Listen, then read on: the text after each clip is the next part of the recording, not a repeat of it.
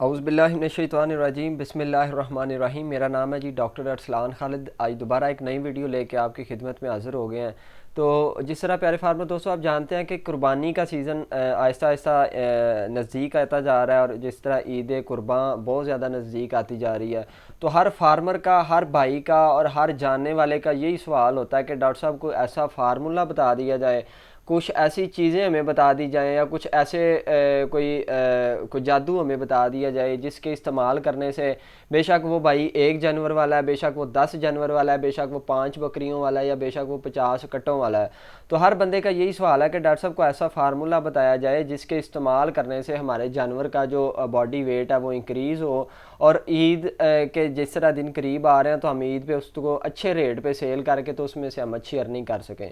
तो प्यारे फार्मर दोस्तों देखें, बातें वही हैं, चीज़ें वही हैं, सारी बेसिक चीज़ें हैं जो आज मैं आपके साथ डिस्कस करना जा रहा हूं कि आपने कौन कौन से स्टेप्स पे अमल करके, कौन कौन सी चीज़ों पे अमल करके आपने अपने जानवर की केयर करनी है, आपने अपने जानवर को खुराक अच्छी देनी है, वंडा अच्छा देना है, या कौन सी ऐसी चीज़ देनी है जिसके इस्तेमाल से आपका जानवर बॉडी वेट ज़्यादा गेन करेगा और आपका जानवर इंप्रूवमेंट की तरफ जाएगा आखिरी 2 माह में।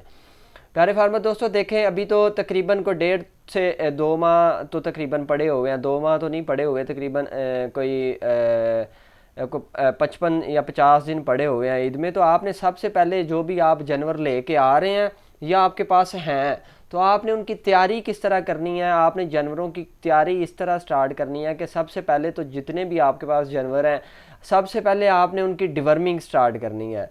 डिवर्मिंग आप किसी भी अच्छे साल्ट से कर सकते हैं, पंच से कर सकते हैं, थंडर, निलजान, नीलवम, या इसके अलावा बहुत से मार्केट में आए हुए हैं जो आप लोग भी जानते हैं, हम लोग नहीं जानते। आपने अपने जानवर की डिवर्मिंग किसी भी अच्छे डिवर्मर से करनी है। सबसे पहला रूल और सबसे पहला फार्मूला जो है कि आप अपने जानवर की डिवर्मिंग अच्छे तरीके से करनी है। देखें, जब आप अपने जानवर की डिवर्मिंग अच्छे तरीके से नहीं करेंगे तो आप अपने जानवर को कोई भी खुराक दे रहे हैं, आप अपने जानवर को कोई भी चीज़ दे रहे हैं, तो वो अंदर उसको जानवर को लगेगी नहीं, उसकी बॉडी में प्रॉपर उसकी रिजल्ट्स नहीं आएंगे आपके पास। उसकी वजह क्या होगी? क्योंकि उसके अंदर कीड़े होंगे जानवर की बॉडी के अंदर, जिसकी वजह से जानवर की बॉडी प्रॉपर अपना वेट गेन नहीं करेगी। तो सबसे पहले आपने जानवर की डिवर्मिंग करनी है। दूसरे नंबर पे आपने जो चीज़ नोट करनी है वो ये है, आपने सब देखना है दूसरे नंबर पे कि जानवर की बॉडी पे एक्सटर्नल पैरासाइट्स यानी कि चिचड़ तो नहीं है।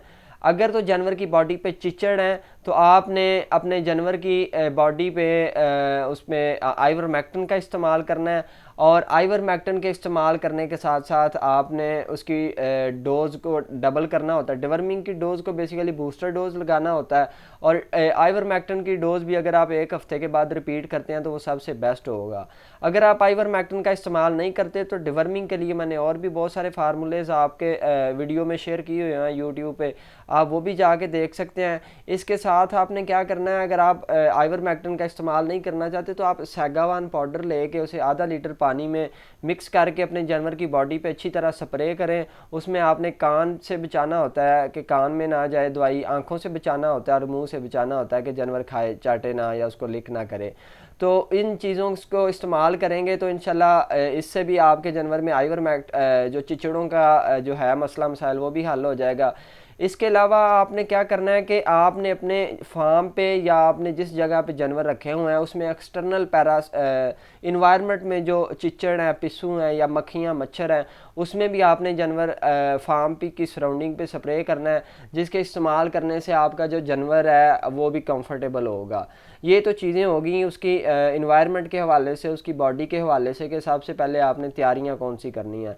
अभी बात आ जाती है कि जानवर की खुराक पे, आप ऐसी कौन सी खुराक देंगे कि जिसके खुराक के इस्तेमाल करने से जानवर की बॉडी का वेट ज़्यादा होगा।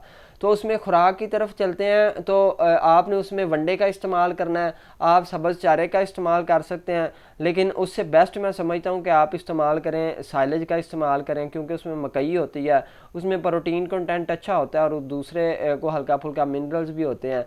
तो उसके इस्तेमाल करने से जानवर का बॉडी वेट ज़्यादा होता है। और इसके अलावा आप हल्की फुल्की तूड़ी भी इस्तेमाल कर सकते हैं। लेकिन अगर आप वंडा, अभी बहुत सारे दोस्त सवाल कर रहे होते हैं कि डॉक्टर साहब वंडा हमने एक जानवर को कितना इस्तेमाल करना है, तो ये भी चीज़ आप नोट कर लें कि एक जानवर को, ये मैंने बहुत सी वीडियोस में बताई हैं, मसला ये होता है कि आप वीडियो को स्किप कर जाते हैं और वीडियो को छोड़ देते हैं। वीडियो को जब आप स्किप कर जाते हैं तो फिर आप इन चीज़ों को भी स्किप कर जाते हैं। ठीक है, वीडियो को शुरू से लेकर एंड तक देखा करें ताकि उसमें से कोई भी चीज़ आप स्किप ना करें। और अच्छा, अभी मैं बता रहा था कि आपने वंडा कितना इस्तेमाल करना है। तो वनडे को इस्तेमाल आपने 1% ऑफ बॉडी वेट करना है, यानी कि जितने भी आपका जानवर का बॉडी वेट है उसका 1% आपने वंडा इस्तेमाल करना है। ठीक है, तो ये तो हो गया कि आपने वंडा कितना इस्तेमाल करना है। अभी दूसरे नंबर पे आपको बता रहा हूँ कि आपने अपने जानवर की अच्छी बॉडी वेट गेन करने के लिए दूसरी चीज़ कौन सी इस्तेमाल करनी है कि आपने अपने जानवर को साइलेज इस्तेमाल करना है। और साइलेज कितना इस्तेमाल करना है कि वो आपने 10% ऑफ द बॉडी वेट इस्तेमाल करना है, यानी कि आपके जानवर का जितना भी बॉडी वेट है, आपके जानवर का 100 किलो बॉडी वेट है, 80 kg है, या कोई 150 किलो है, 200 किलो है, तो आपने उसका 10% निकाल लेना है और वो जितना आएगा तो वो उतना आपने उसका साइलेज इस्तेमाल करना है। वनडे का भी आपको बता दिया है जी, साइलेज का भी बता दिया है। और वनडे के हवाले से मैं एक और चीज़ आपके साथ ऐड करता चलूँ कि वंडा आप डिफरेंट कंपनीज़ का यूज़ करते हैं, तो कंपनीज़ देखें, कंपनी जो भी बनी हुई है वो अपनी प्रॉफिट परसेंटेज को माइंड में रखती है, वो अपनी प्रॉफिट को उसने जेहन में रख के सारी चीज़ें फार्मूलेट करनी होती हैं। तो आप अपने वंडा जब आप बाहर से बना रहे हैं तो देखें उसमें क्वालिटी कंप्रोमाइज़ होगा, रिजल्ट्स तो आएंगे लेकिन जितने आप पैसे दे रहे होते हैं वो उतने रिजल्ट्स नहीं होते। तो आप इस चीज़ को भी माइंड में रखें, अगर आप अपना वंडा बनाना चाहते हैं तो फिर भी अपना घर पे बना लें या हमारे से रब्ता करें, हम आपको बना के दे देंगे।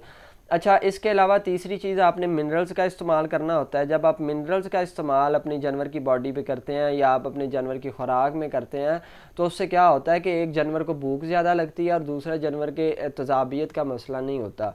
जानवर को भूख ज़्यादा लगेगी और जानवर के पेट के अंदर जो नॉर्मल इन्वायरमेंट है वो भी बेहतर रहेगा। और इससे एंड वाला जो पॉइंट है वो मैंने हर वीडियो पे और इस पे अलहदा वीडियोस भी मैंने बनाई हुई है कि आपने अपने जानवर की खुराक में मीठे सोडे का इस्तेमाल लाजमी करना है। मीठे सोडे के इस्तेमाल करने से क्या होगा, देखें एंड वाले दिनों में क्या होता है कि लोग वंडा बहुत ज़्यादा दे रहे होते हैं, लोग कंसनट्रेट्स बहुत ज़्यादा दे रहे होते हैं, दाने वाली खुराक बहुत ज़्यादा दे रहे होते हैं। तो जिसके इस्तेमाल करने से क्या होता है कि समटाइम जानवर को तेज़ाबियत हो जाती है और गोबर में भी उसके में मसला आता है। तो आप अपने जानवर की खुराक में मीठे सोडे का इस्तेमाल लाजमी करें। ये पर डे आपने डेली इस्तेमाल करना होता है।